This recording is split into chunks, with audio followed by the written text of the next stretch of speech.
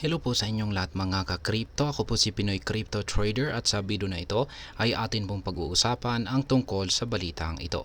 Kung saan ang sabi rito ay now you can use XRP to book a vacation in Dubai. Ayan, ngayon na raw po ay pwede natin gamitin itong si XRP para makapag-book ng isang bakasyon dito sa bansang Dubai. Sa mga hindi po nakakalam ay ang bansang Dubai ay marami pong mga tourist destination dito kung saan ay marami pong magagandang pasyalan dito. Kaya maraming mga turista ang gustong magbakasyon sa bansang ito. Kaya ayan, ang masasabi ko rito ay ang pag-approve ng XRP sa bansang Dubai ay ayan, ang bansang Dubai ay isang malaking hakbang para sa cryptocurrency adoption. Ito po ay nagpapakita ng commitment ng bansang Dubai na maging isang global leader sa financial innovation. Ang paggamit po ng XRP ay magbibigay po ito ng mas mabilis at mas murang transactions na kapaki-pakinabang para sa mga turista at maging sa mga negosyo.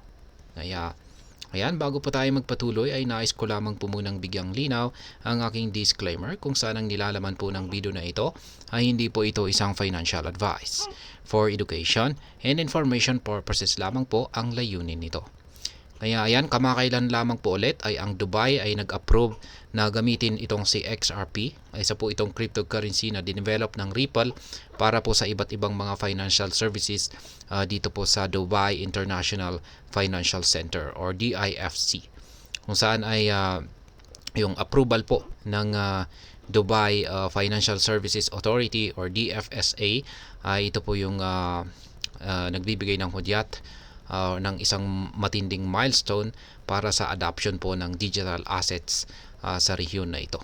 Kaya ayan, ito po yung meron po tayong mga highlights dito. Ayan, ipinaliwanag dito.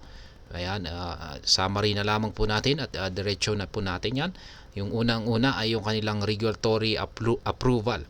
Ang DFSA ay nagbigay po ng green light para magamit si XRP. Magamit po ang XRP ng mga licensed firms sa loob ng DIFC. Ang approval na ito ay nagpapahintulot sa mga firms na isama ang XRP sa kanilang virtual asset services. Kasama pa ang ibang mga approved cryptocurrencies tulad ni Bitcoin, Ethereum at saka Litecoin. Yan, yung pangalawa ay yung presence ni Ripple sa bansang Dubai. Ang Ripple ay ang kumpanya po na nasa likod ng XRP, kung saan ay pinapalawak ang kanilang presence sa bansang Dubai.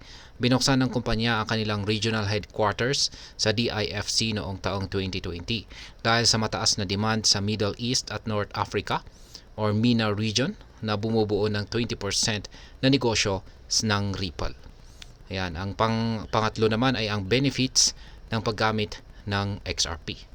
Ang efficiency. Ang XRP ay nagbibigay daan sa mas mabilis at mas efficient na global value transfer na maaaring maging kapaki-pakinabang para sa mga cross-border payments. At cost-effective na rin ito. Ang mga transactions gamit ang XRP ay karaniwang mas mura kumpara sa mga traditional na banking methods. At maliban po dyan ay meron po siyang regulatory clarity. Ang approval ay nagbibigay ng legal at regulatory clarity na nag-i-encourage sa mas maraming institution na mag-adapt at gumamit ng XRP. Ngayon ay ang impact naman po nito sa tourism ay ayan, sa pag-a-approve ng XRP ay maaari pong magamit ng mga turista ang cryptocurrency na ito para mag-book ng vacations sa bansang Dubai. Ang hakbang na ito ay naaayon po sa vision ng Dubai na maging global leader sa crypto adoption at regulation.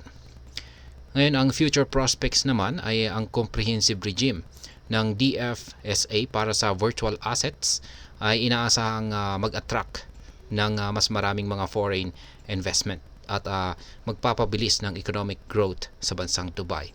Ang regulatory clarity na ibinibigay ng DFSA ay malamang na mag-spur ng karagdagang innovation at adoption ng digital assets sa rehiyon.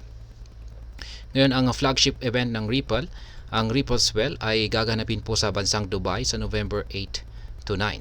Ang event na ito ay naglalayong pagsamasamahin ang mga influential voices mula sa financial at regulatory industries na lalo pang nagpapatibay sa posisyon ng Dubai bilang leading hub sa financial innovation.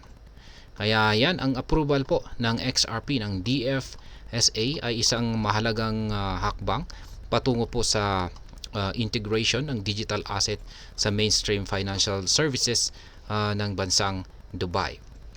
Ang hakbang na ito ay hindi lamang po nagpapahusay sa efficiency ng financial transactions, kundi pinoposisyon din ang bansang Dubai bilang forward-thinking leader sa global financial landscape. Ang mga turista at negosyo ay parehong makikinabang sa increased adoption ng cryptocurrencies na kung saan ay ginagawang mas attractive na destinasyon ang Dubai para sa travel investment. At ayan, hanggang dito na lamang po tayo sa video na ito mga ka-crypto. Sana po ay inyong nagustuhan ang aking paliwanag sa video na ito. Kung inyo po itong nagustuhan, pakiclick lamang po ang like button nito.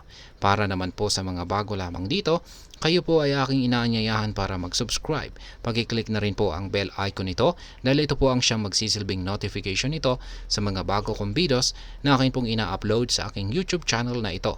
Marami pong salamat sa panonood, ingat po tayo lagi at God bless po sa ating lahat.